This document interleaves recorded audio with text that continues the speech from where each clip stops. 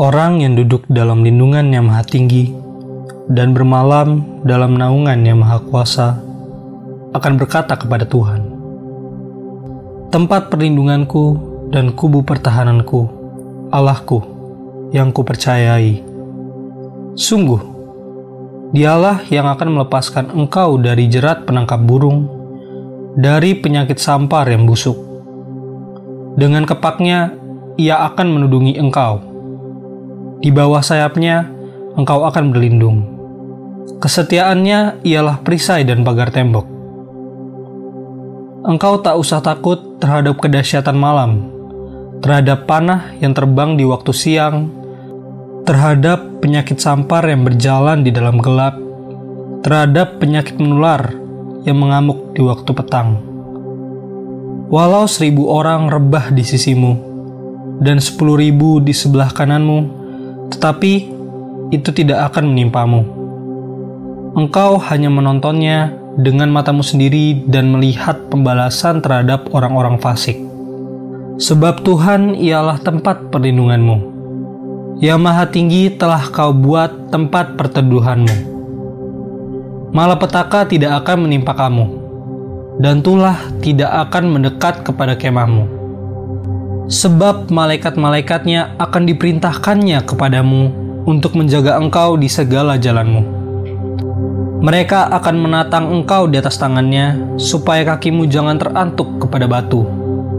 Singa dan ular tedung akan kau langkahi. Engkau akan menginjak anak singa dan ular naga. Sungguh, hatinya melekat kepadaku, maka aku akan meluputkannya. Aku akan membentenginya, sebab ia mengenal namaku. Bila ia berseru kepadaku, aku akan menjawab. Aku akan menyertai dia dalam kesesakan. Aku akan meluputkannya dan memuliakannya. Dengan panjang umur akan kukenyangkan dia, dan akan kuperlihatkan kepadanya keselamatan daripadaku."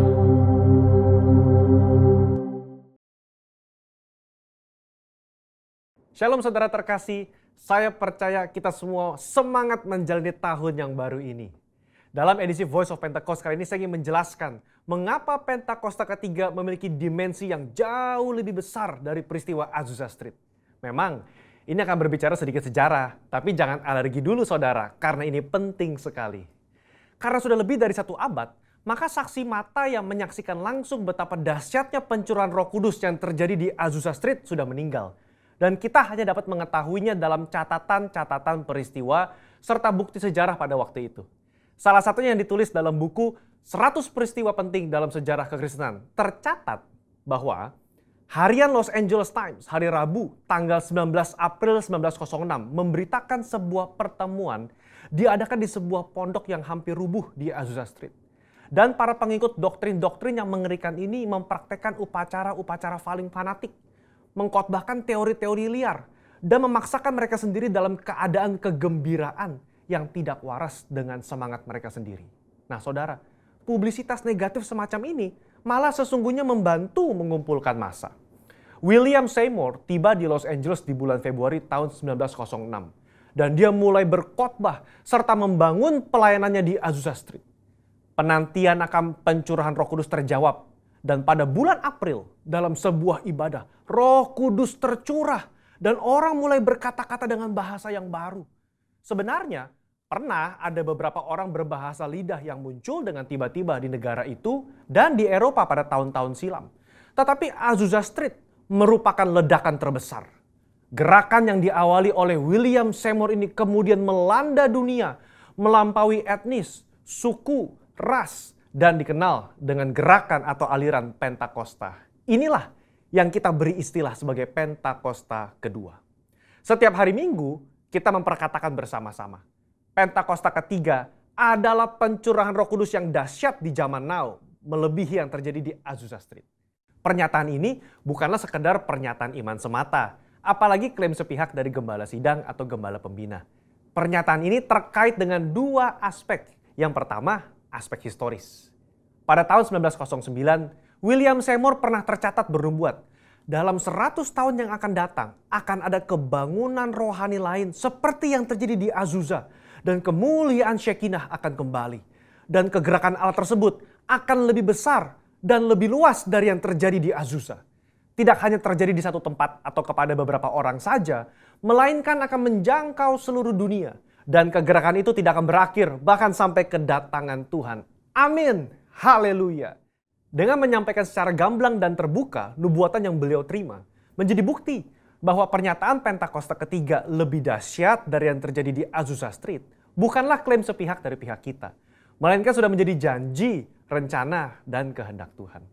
Dalam nubuatan tersebut dinyatakan 3 hal yang membuat Pentakosta ketiga lebih dahsyat dari kegerakan Azusa Street, yaitu dari sisi kuantitas, tidak hanya terjadi di satu tempat atau kepada beberapa orang saja, melainkan di banyak tempat dan kepada banyak orang. Sisi jangkauan, bukan hanya kepada satu kota atau satu negara saja, tetapi ke berbagai negara di berbagai benua di bumi ini. Yang ketiga, sisi rentang waktu. Fokusnya bukan hanya terjadi 1 tahun atau 3 tahun, melainkan tidak berhenti sampai Tuhan Yesus datang kembali. Aspek yang kedua, yaitu aspek teologis atau biblikal. Alkitab kita menyebutkan istilah hujan awal atau yoreh, terkait musim menanam dan hujan akhir, malkos, yang terkait dengan musim menuai, sebagaimana yang kita temukan dalam ayat-ayat berikut ini. Berdasarkan prinsip hujan awal dan hujan akhir, dapat kita pahami bahwa hujan awal pencurahan Roh Kudus mengawali kelahiran gereja. Dan hujan akhir pencurahan Roh Kudus mengawali penuaian jiwa terbesar dan terakhir sebelum kedatangan Tuhan Yesus yang kedua kali. Hujan akhir pencurahan Roh Kudus jauh lebih dahsyat daripada hujan awal. Karena penuaian jiwa-jiwa yang terjadi jauh lebih besar.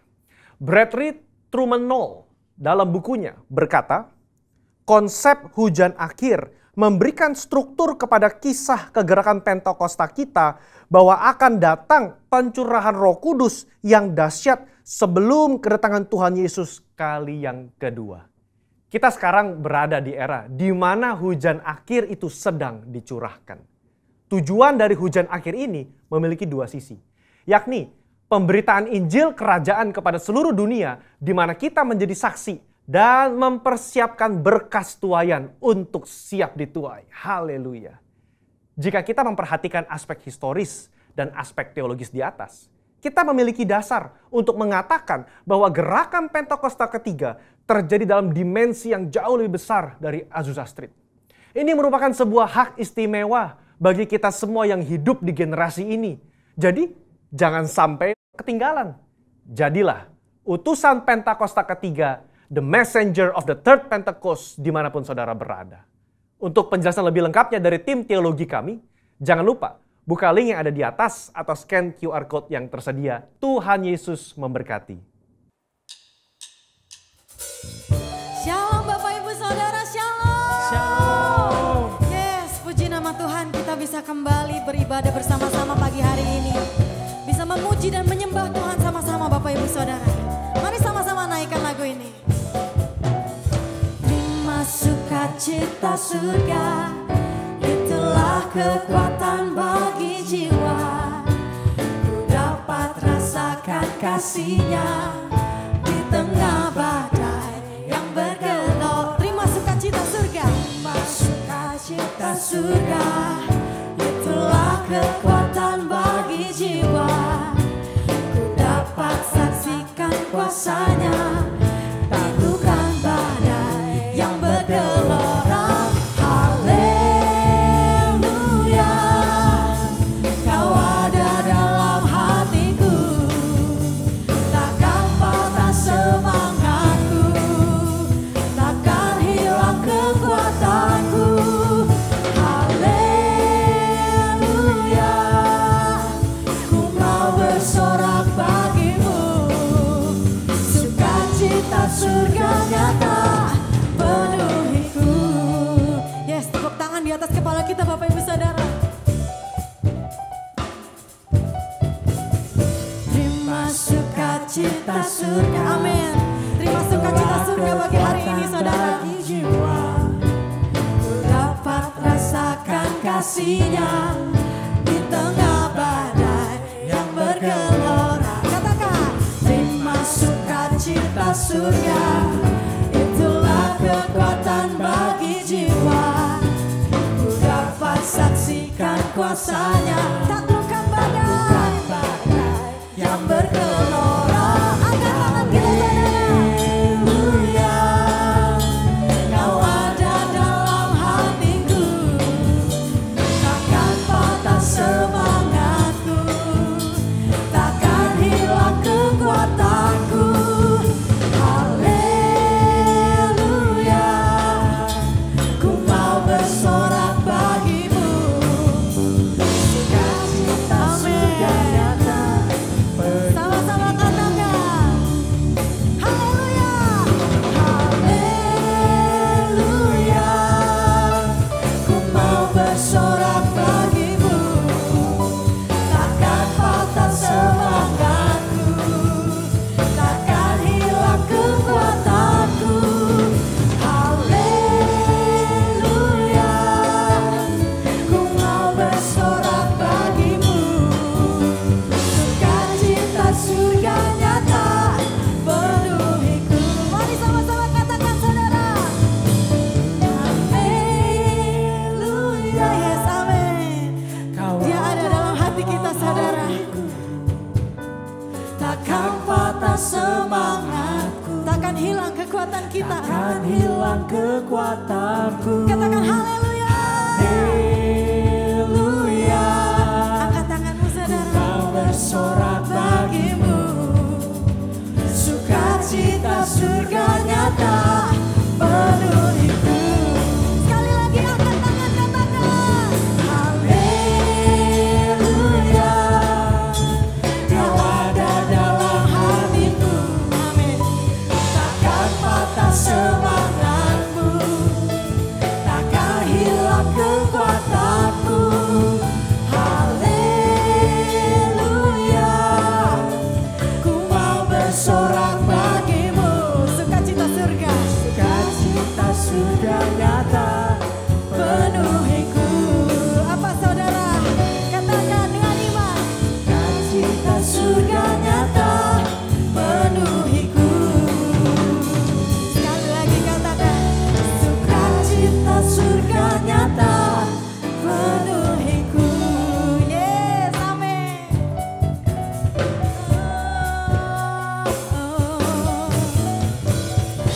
Yes, amin. Bersukacita pagi hari ini Bapak Ibu Saudara, amin. Amin. Saudara percaya Tuhan yang kita sembah adalah Tuhan yang sangat baik. Dia Yesus, Dia sungguh baik dan teramat baik dalam hidup kita saudara. Kami mau menyembah-Mu Tuhan.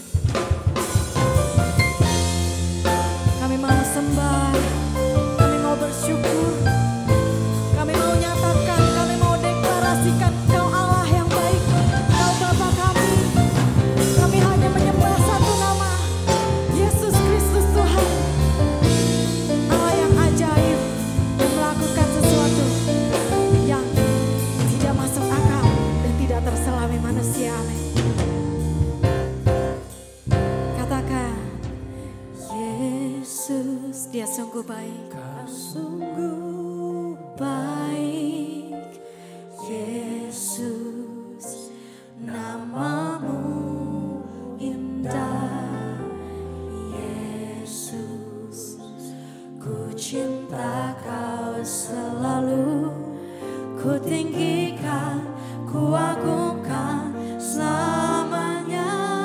Katakan Yesus, Yesus, Kau sungguh baik. Namanya indah saudara.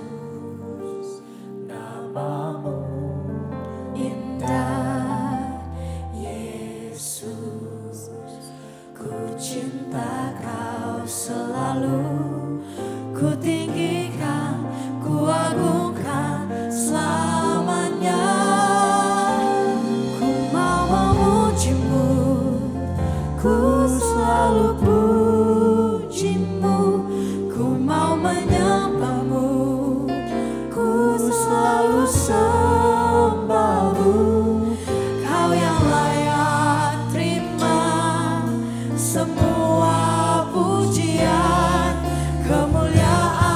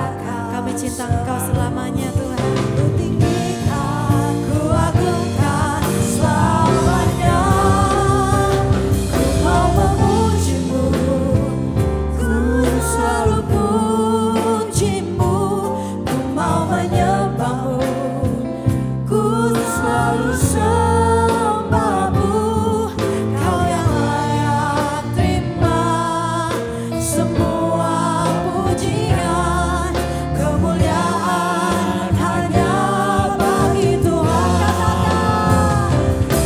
Mau memujimu, ku selalu pujimu, ku mau menyembahmu, ku selalu sembahmu, Kau yang layak terima semua pujian, kemuliaan hanya bagi Tuhan. Yes, Bapak Ibu Saudara saja katakan lagu ini. Ku mau memujimu, ku selalu pujimu, ku mau menyembahmu. Apa saudara? Ku selalu sembahmu, Kau yang layak terima semua pujian, kemuliaan hanya bagi Tuhan. Sekali lagi katakan. Ku mau memujimu, ku selalu pujimu, ku mau menyembahmu, ku selalu sembahmu, Kau yang layak terima semua pujian, kemuliaan hanya bagi Tuhan. Kau yang layak terima semua pujian, kemuliaan hanya bagi Tuhan. Katakan kemuliaan, semua pujian, kemuliaan hanya bagi Tuhan. Kau yang layak terima semua pujian, kemuliaan hanya bagi Tuhan. Yes, amin. Hanya Dia yang layak kita tinggikan, kita agungkan selamanya. Amin, saudara. Amin, amin. Yes, Lord. Meskipun 1000 tangan manusia mencoba menjatuhkan kita, saudara, tapi percaya ada satu tangan Tuhan yang sanggup mengangkatmu naik, yang sanggup melakukan segalanya buat kita, yang sanggup melakukan hal yang mustahil bagi manusia. Amin. Amin, saudara. Jangan putus asa, jangan putus harapanmu, sebab percaya masih ada harapan, masih ada harapan di dalam nama Yesus. Amin.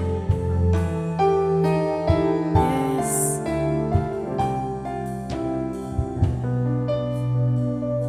Dengan imanmu katakan, di dalam segala hal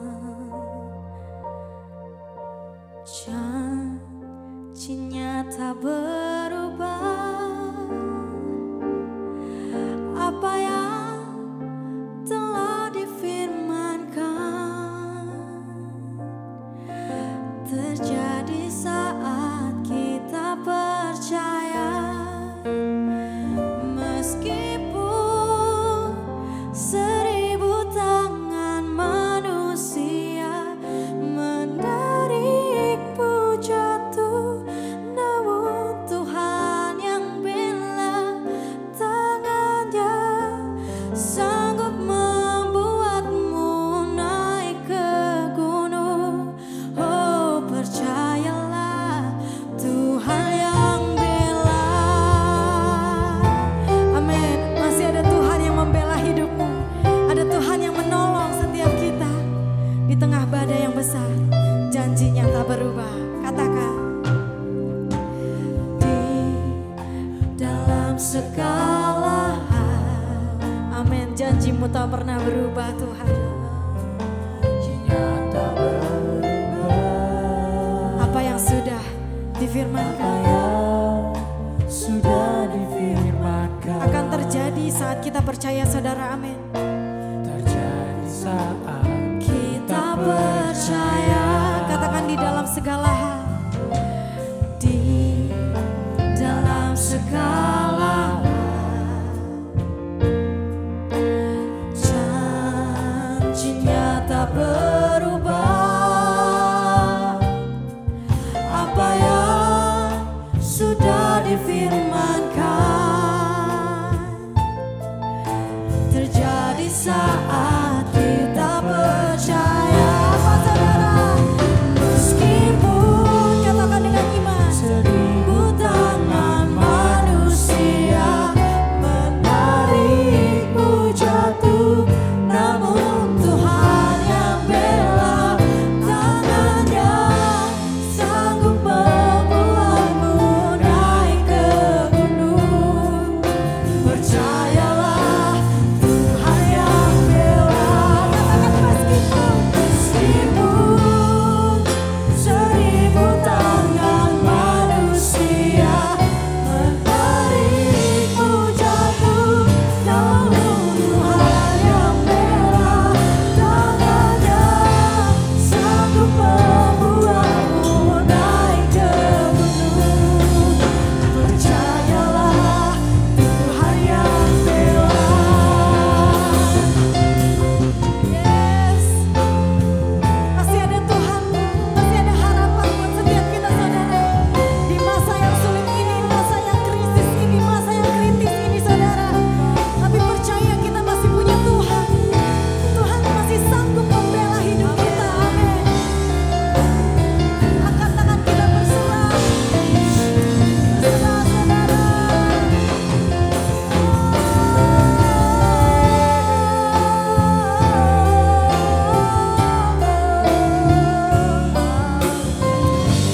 Meskipun banyak orang mencoba menjatuhkan kita, tapi Tuhan, Allah yang setia, Allah yang ajaib, masih terus menyertai setiap kita dan akan selalu mengasihi kita saudara. Katakan, meskipun 1000 tangan manusia menarikmu jatuh, namun Tuhan yang bela. Tangannya sanggup membuatmu naik ke gunung. Percaya saudara, percayalah, Tuhan yang bela.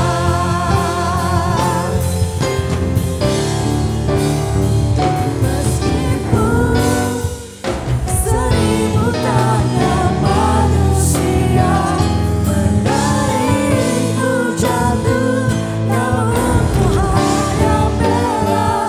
Tangannya sanggup membuatmu naik ke gunung.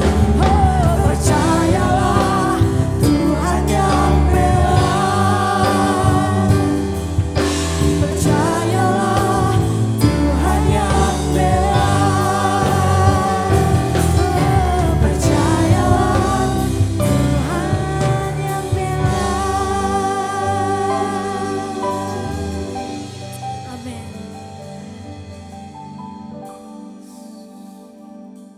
Shalom Bapak Ibu yang dikasihi Tuhan.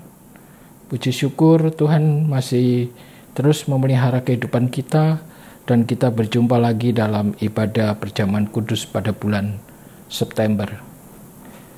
Sebelum kita memulai sharing, mari kita berdoa sejenak minta tuntunan Roh Kudus. Terima kasih Tuhan untuk pemeliharaan-Mu sampai saat ini, sehingga kami masih ada seperti yang Engkau rencanakan dalam kehidupan kami Tuhan. Berkati firman-Mu, pakailah hamba-Mu. Biarlah kami semua yang tergabung dalam ibadah online ini mendapatkan kekuatan yang baru dari Tuhan. Terima kasih Tuhan, di dalam nama Tuhan Yesus Kristus. Amin. Bapak Ibu yang dikasihi Tuhan, pada bulan ini Tuhan memberikan inspirasi tentang 2 ayat. Yang pertama adalah Matius 14 ayat 27. Tetapi segera Yesus berkata kepada mereka, "Tenanglah aku ini, jangan takut." Dan ayat yang kedua yang masuk dalam inspirasi saya adalah Yakobus 1 ayat 12. Berbahagialah orang yang bertahan dalam pencobaan, sebab apabila ia sudah tahan uji, ia menerima mahkota kehidupan yang dijanjikan Allah kepada barang siapa yang mengasihi Dia. Dari dua ayat ini kita mendapatkan satu kekuatan daripada Tuhan, yaitu Tuhan tidak menginginkan kita takut karena kita bergantung penuh kepada Tuhan. Dan Tuhan juga meminta kita untuk bertahan dalam menghadapi segala sesuatu ini. Maka jangan takut di sini bukan berarti kita berani dalam menantang sesuatu yang di luar kekuatan kita, tetapi kita berani untuk bergantung penuh kepada Tuhan. Yang kedua, Tuhan mengajarkan kepada kita hendaknya kita bertahan. Dan dalam pertahanan ini tentunya ada janjinya, yaitu penyertaan dalam kehidupan kita. Bapak Ibu, siapa tokoh yang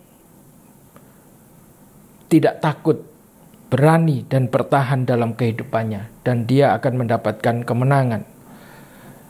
Tuhan memberikan inspirasi tentang kisah Bartimeus di dalam Markus 10 ayat 46 dan seterusnya.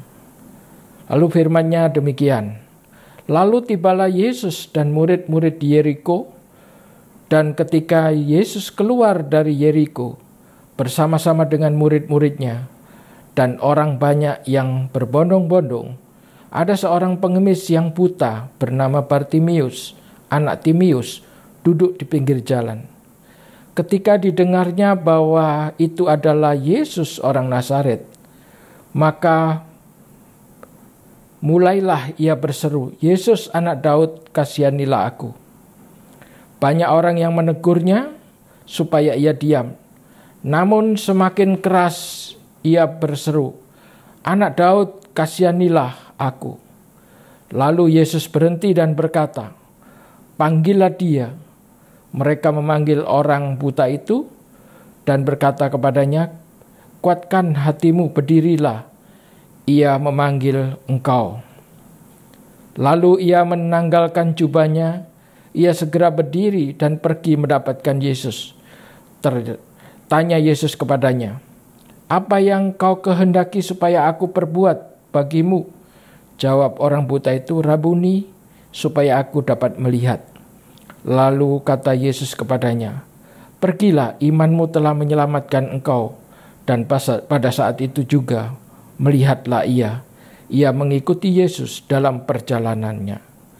Bapak Ibu, ini adalah contoh di dalam Alkitab kisah tentang Bartimeus. Orang yang berani dan bertahan. Berani dan bertahan dalam kisah Bartimeus ini saya bisa bagi menjadi 3 keberanian Bartimeus. Yang pertama, Bartimeus berani bertahan untuk hidup. Di dalam kisah yang lain disebutkan bahwa Bartimeus ini adalah seorang yang buta sejak lahir. Tetapi dia bertahan di dalam hidupnya sampai pada akhirnya bertemu dengan Tuhan Yesus. Jadi kita bisa belajar dari kisah Bartimeus ini. Hari-hari ini kita perlu memiliki keberanian. Yang pertama adalah berani untuk bertahan. Bapak Ibu, berani untuk bertahan. Kalau kita tidak berani untuk bertahan, maka kata menyerah sudah di depan kita. Tetapi firman Tuhan pada bulan ini mengajarkan kepada kita, hendaknya kita berani untuk bertahan di dalam Tuhan Yesus. Lalu selanjutnya, apakah yang dimiliki oleh Bartimeus? Keberanian apa? Ketika Bartimeus berteriak-teriak, banyak orang yang meminta Bartimeus untuk diam. Tetapi Bartimeus merasakan bahwa rahmat Tuhan sudah dekat kepadanya.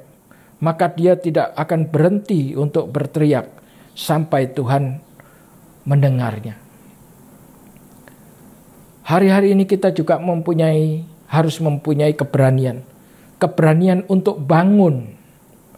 Keberanian untuk bangun seperti Bartimeus.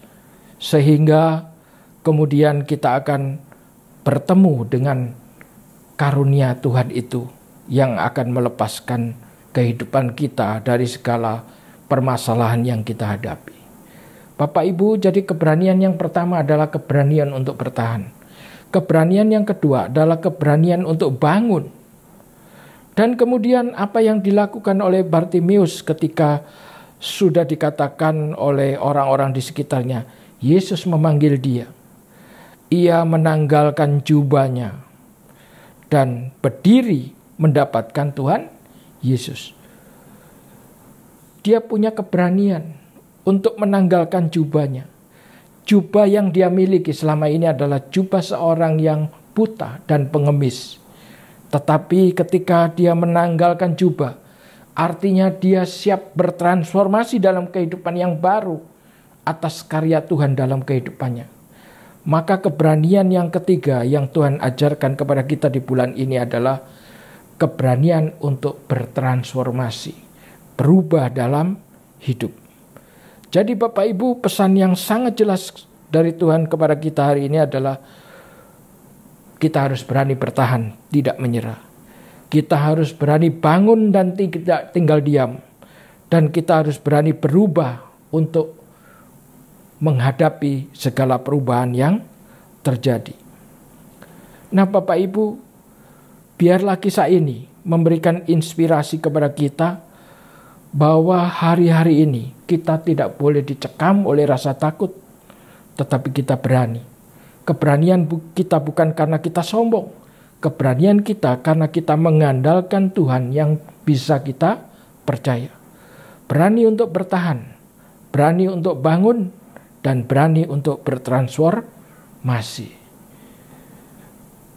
Sedikit kesaksian Bapak Ibu. Setiap Sabtu di gereja kami ada doa pagi.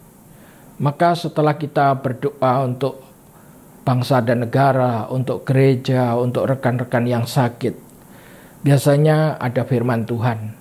Dan setelah firman Tuhan, biasanya kita berikan kesempatan kepada rekan-rekan pelayan Tuhan atau jemaat yang mengikuti dalam doa pagi itu untuk memberikan kesaksian hidup bagaimana Tuhan memimpin kita semua dalam masa-masa ini.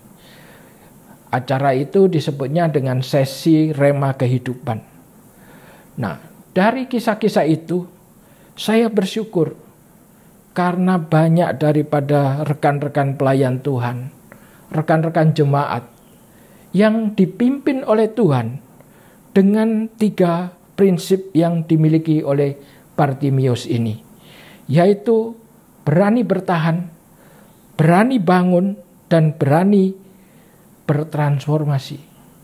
Satu saat ada yang menyaksikan, seorang pendoa syafaat kami menyaksikan bahwa sebelum pandemi, usahanya adalah bisnis pakaian jadi di Tanah Abang. Kemudian saat pandemi, tentunya semua ditutup dan jual beli transaksi pakaian itu menjadi hampir nol. Tetapi di dalam kesaksian seorang ibu ini, seorang pendoa syafaat kami, beliau bertahan. Beliau bertahan dan beliau memulai dengan satu doa. Ketika doa itu dilayangkan, Tuhan memberikan hikmat untuk memberikan harga spesial.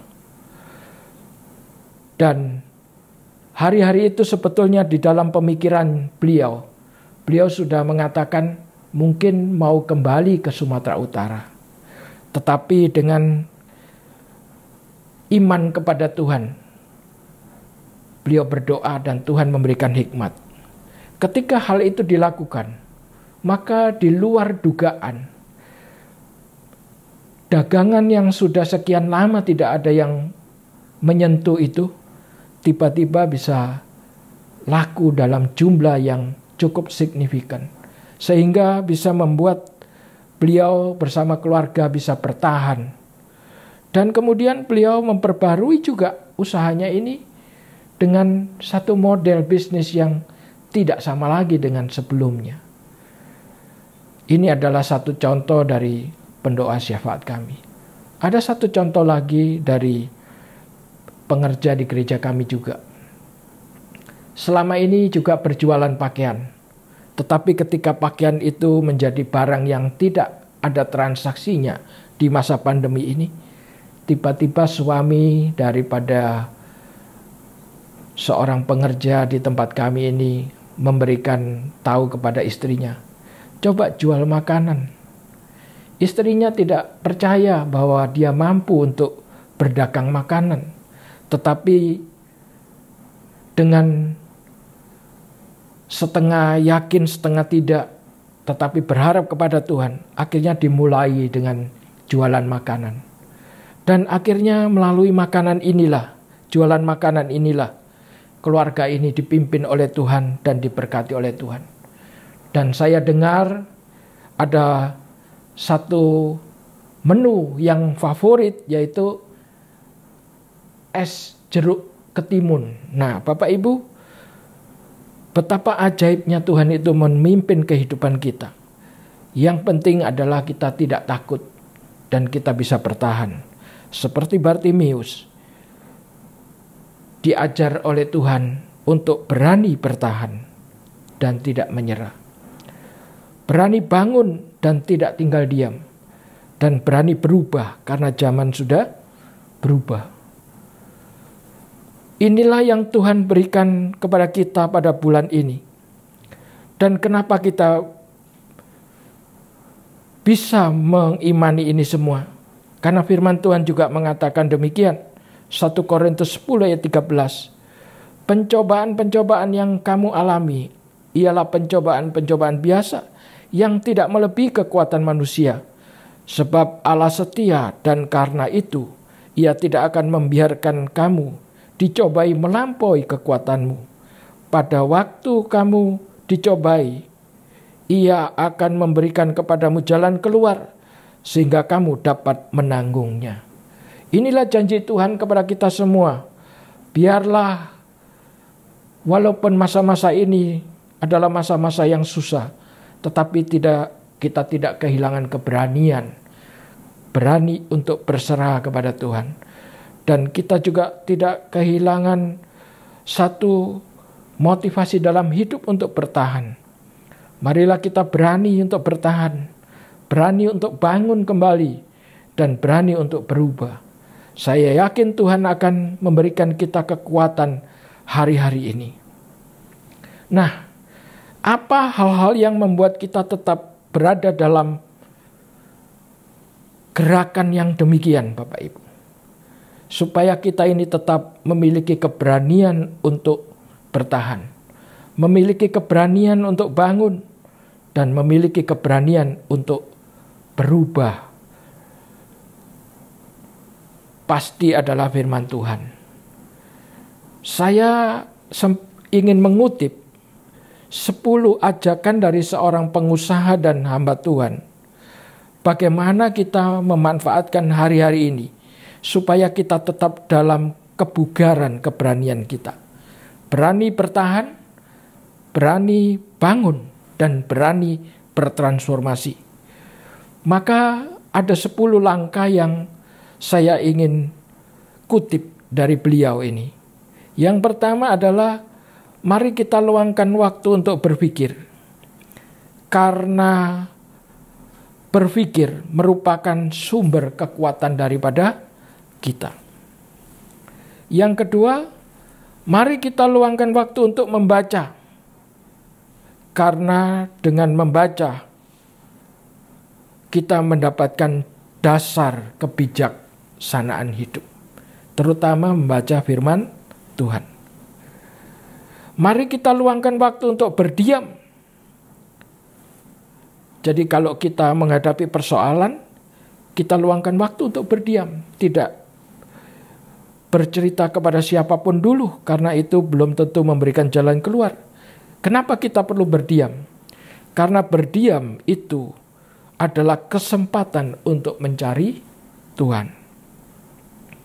Yang kedua, yang keempat, supaya kita tetap dalam satu kebugaran, keberanian untuk bertahan, membangun, dan bertransformasi. Mari kita luangkan waktu kita untuk peduli, karena itu adalah kesempatan untuk menolong sesama kita.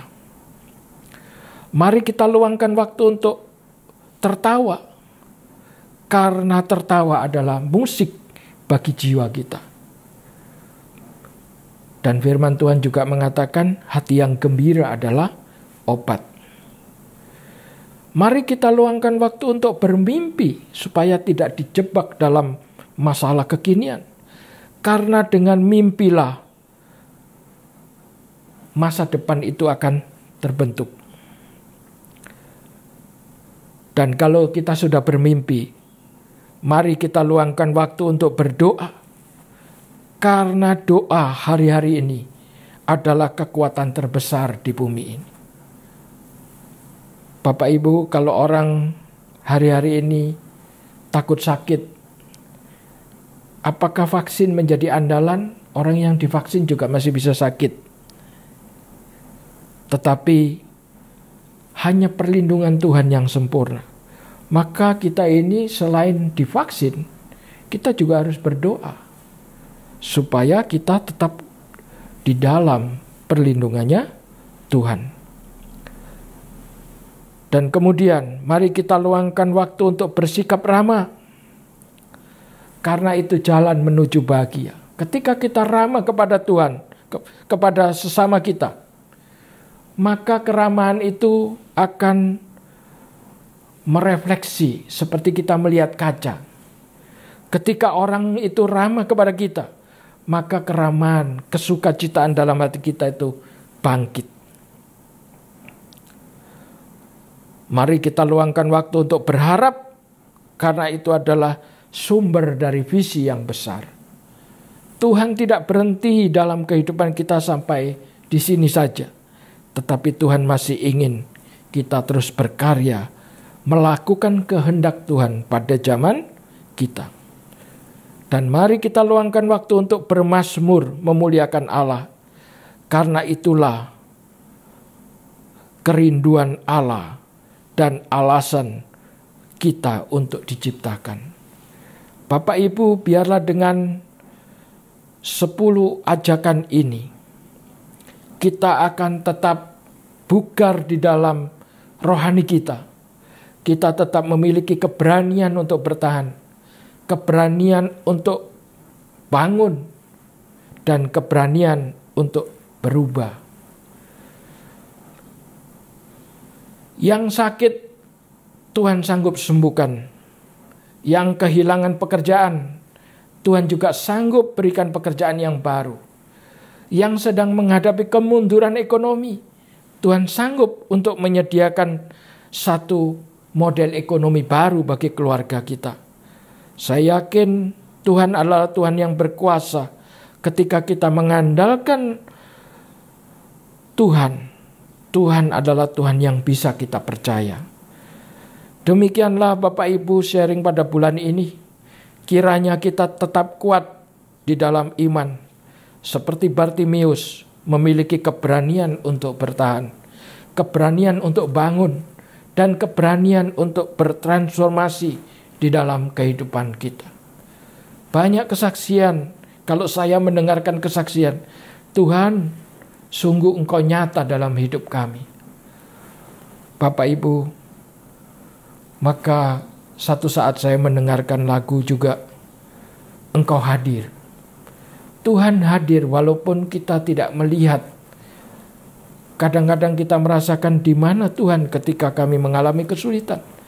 Tetapi Tuhan tetap membuat mujizat dalam kehidupan kita. Biarlah Bapak Ibu tidak kehilangan pengharapan. Tetapi kita terus bertahan. Kita terus bangun. Dan kita terus bertransformasi.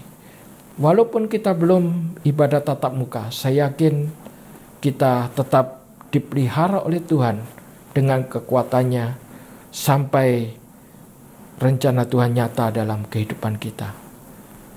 Tuhan memberkati. Mari kita berdoa. Terima kasih Tuhan untuk kekuatan yang baru yang kami terima di bulan September ini.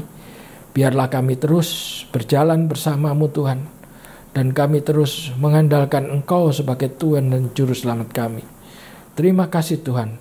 Kalau sebentar lagi kami akan melakukan perjamuan kudus Tuhan, berkati roti dan anggur Tuhan. Kami percaya mujizat masih ada dalam kehidupan kami. Dan kami percaya Tuhan, Engkau sanggup membuat apapun yang Engkau kehendaki dalam kehidupan kami. Yang sakit Engkau sanggup sembuhkan, yang berbeban Engkau sanggup lepaskan, yang tidak berpengharapan Engkau sanggup berikan pengharapan yang baru, yang mengalami masalah-masalah Tuhan sanggup berikan jalan keluar yang tidak pernah kita duga. Terima kasih Tuhan, di dalam nama Tuhan Yesus. Amin. Bapak Ibu, mari kita siapkan roti dan anggur, dan biarlah kita berdoa sekali lagi kepada Tuhan untuk minta ampun, supaya kita layak dalam perjamuan ini. Tuhan, kami mau masuk dalam perjamuan-Mu.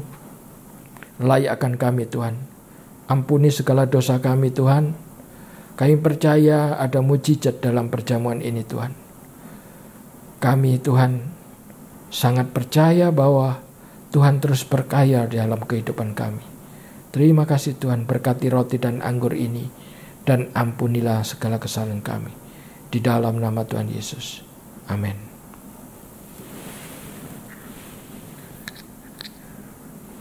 Mari kita angkat roti di tangan kanan. Demikianlah firman Tuhan. Sebab apa yang telah kuteruskan kepadamu telah aku terima dari Tuhan, yaitu bahwa Tuhan Yesus pada malam waktu ia diserahkan mengambil roti, dan sesudah itu ia mengucap syukur atasnya. Ia memecah-mecahkannya dan berkata, inilah tubuhku yang diserahkan bagi kamu. Perbuatlah ini menjadi peringatan akan aku. Marilah kita beriman ada persekutuan dengan tubuh Tuhan Yesus Kristus. Di dalam nama Tuhan Yesus. Mari kita makan sama-sama.